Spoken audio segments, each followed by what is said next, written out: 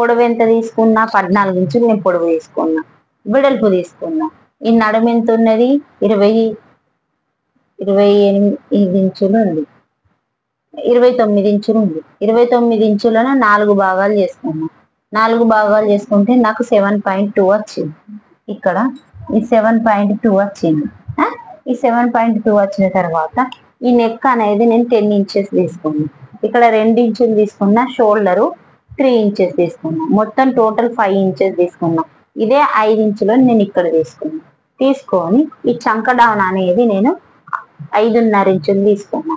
5.5 ఇంచులు తీసుకొని నేను ఈ చెస్ట్ అనేది 33 ఇంచులు ఉంది.